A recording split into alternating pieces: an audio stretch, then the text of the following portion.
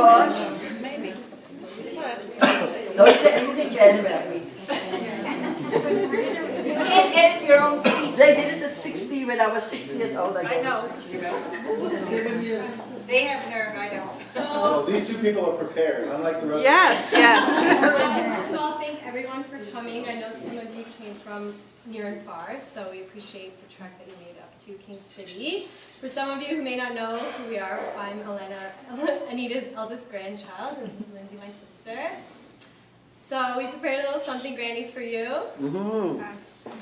She's not your typical 80-year-old granny. She is fearless, fun, and dedicated to her church and the Blue Jays. Like Mass, she will never miss a Blue Jay game. If she doesn't get the channel, the game is on. You can be sure she has her radio turned up with her ear right next to it. One might wonder about this 80-year-old hardcore Catholic when they hear the many choice words and colorful language flying out of her mouth when the Jays are losing. She knows all the players' stats, who they're married to, and the names of their children. She is a woman who will be in her garden come hell or high water. And we've had to threaten to take away her ladder because we pulled up to the house only to see her in her tree or getting something done on the roof. Just recently after the ice storm, she was telling us how she was cutting down some branches and hauling them to the front. We think sometimes she hides some of her household activities from us as they would be more appropriately carried out by someone a quarter of her age. As kids, we loved going to Grandma's house. Even our dogs get excited when we would get off at the Shepherd exit.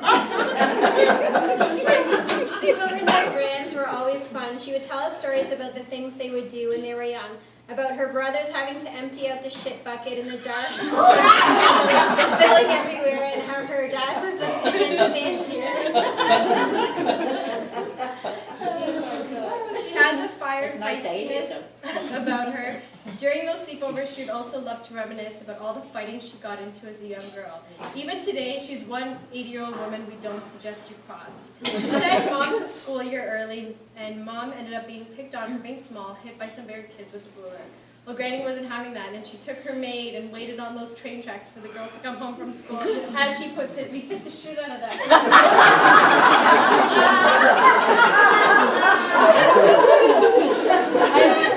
I believe that Uncle Ronnie was picked on as well. She went straight to the boy's house and asked the mother if the boy was home, and when he came to the door, just gave him one punch to knock him on his ass, and she turned and went away. This was all while she was on crutches.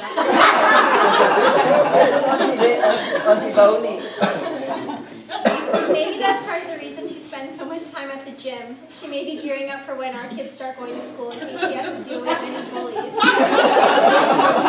definitely is a bionic woman with 2 new knees and a new shoulder. She is unstoppable. When we were young, we used to get in trouble with Mom or Dad. We always used to call Grandma crying, hoping she would protect us from whatever punishment was coming. When we needed advice about boys, her advice was always the same: play hard to get.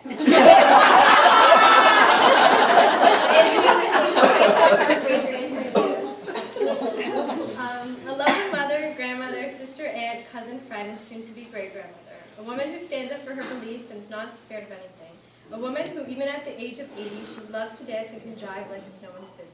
Her strength and courage is a force to be reckoned with, and her love and dedication to her family is something to be admired. She's a woman who opens her heart and home to everyone. So let's raise our glasses and wish this firecracker of a grandma a happy birthday.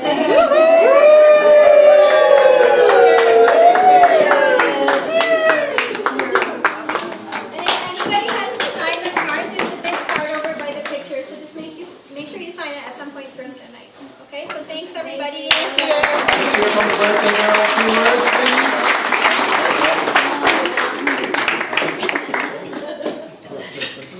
Come on up, Mom. Well, as you say, I'm spiritual, so I feel everything by God for my being and my parents. You're welcome.